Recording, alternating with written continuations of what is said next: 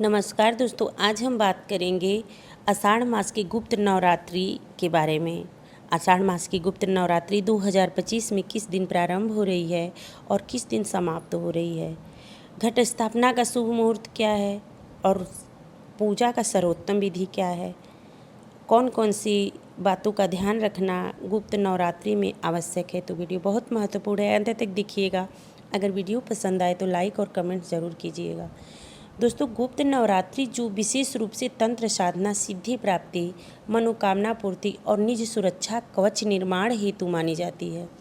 रात्रि पूजन, जप तप, मंत्र सिद्धि और हवन इस काल में अत्यंत प्रभावकारी माने गए हैं। गुप्त नवरात्रि तांत्रिक साधना और गुप्त उपासना के लिए विशेष मानी जाती है। इसमें देवी के 9 रूपों की पूजा अत्यंत अनुशासन, एकाग्रता और श्रद्धा से की जाती है, जिससे मनोकामनाएं शीघ्र पूर्ण होती है। दोस्तों, अब बात आती है कि घट स्थापना का शुभ मुहूर्त कब है। पहले ये जान लीजिए आप लोग। देखिए, घट स्थापना का शुभ मुहूर्त 26 जून 2025 सुबह 5:25 से 6:58 तक है। मिथुन लग्न में है। अभिजीत मुहूर्त 11:56 से 12:52 पर है। तो जैसे अश्विन शुक्ल वाला जो नवरात्रि होता है, चैत्र मास वाला नवरात्रि, उसी प्रकार से ये भी नवरात्रि का महत्व है। बस बात ये है कि यह नवरात्रि साधना, मनोकामना पूर्ति और तंत्र साधना के लिए माँ के रात्रि पूजन की जाती है माँ की, और हवन काल में अत्यंत प्रभावकारी इसको माना जाता है। तो यह तांत्रिक साधना और गुप्त उपासना के लिए विशेष रूप से ये माना जाता है नवरात्रि। वैसे सबको करना चाहिए। बहुत लोगों का प्रश्न है कि दीदी, जिसको तंत्र साधना के लिए पूजा लोग करते हैं तो क्या सारे लोग करें? तो हाँ, आप भी कर सकते हैं। नवरात्रि का महत्व उतना ही है, लेकिन यह जो गुप्त नवरात्रि है, ये तांत्रिक साधना और गुप्त उपासना के लिए विशेष रूप से मानी जाती है। तो देखिए, जैसे उस नवरात्रि में साफ सफाई, शांत स्वच्छ स्थान का आप लोग चुनाव करते हैं कि शांत रहे, ईशान कोण में पूजा करते हैं, उसी तरह इसमें भी करेंगे। जैसे आसन, लाल आसन और घट स्थापना सब करते हैं और शुभ मुहूर्त में कलश रखते हैं, तो वैसे ही इसमें भी होगा। जैसे सामग्री में दीपक, अगरबत्ती, लाल वस्त्र, पुष्प, चावल, कपूर, नारियल, लौंग, इलायची, घी, कुमकुम, सबकी ज़रूरत इसमें भी पड़ेगी।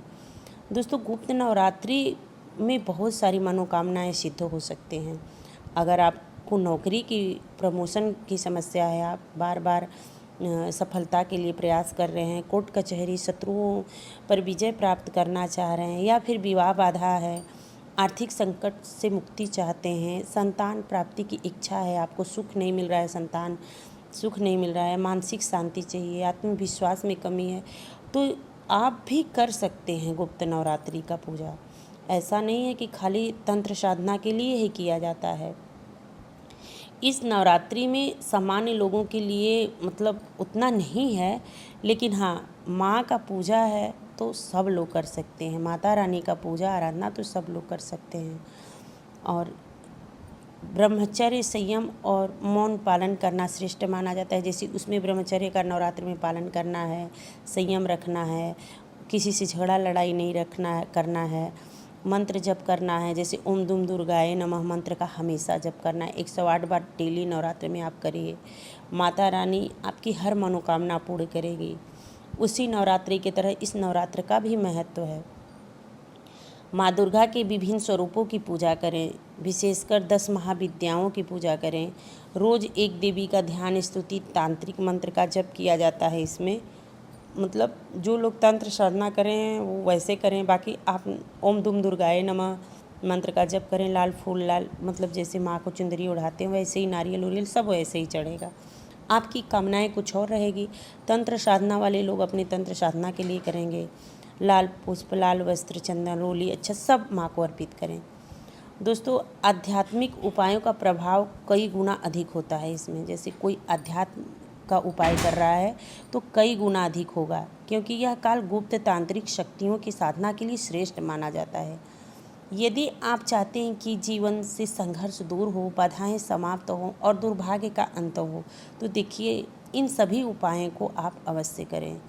जैसे आदि सुबह में आप भगवान सूर्य को जल दें और घट स्थापना करें। उसके बाद अष्टमी के दिन कन्या को, नवमी के दिन पूजा करें और इस दिन पूजा करें कन्याओं का, और नवमी के दिन हवन करें, घट स्थापना करें, अपने घर में माता का पचरा गाएं। मतलब सब उसी प्रकार करना है। माँ को लाल चुंदरी ओढ़ाएं, नारियल 9 दिन फल चढ़ाएं माँ को। तो कहने का मेरे मतलब है कि आप अगर माँ का नहीं करते हैं तो ऐसा नहीं है कि आप नहीं कर रहे हैं तो माँ आपसे नाराज़ हो जाएंगे, लेकिन नहीं करने से अच्छा है कि आप कुछ करें। इस दिन आपको करने से सभी संकटों से मुक्ति मिलती है, आपकी संतान की उन्नति होती है। दोस्तों, वीडियो अगर पसंद आएगा तो कमेंट बॉक्स में ज़रूर बताइएगा और रोज़ माता का सुबह शाम आरती कीजिएगा। मिलती हूँ अगले वीडियो में, तब तक के लिए जय श्री राधे।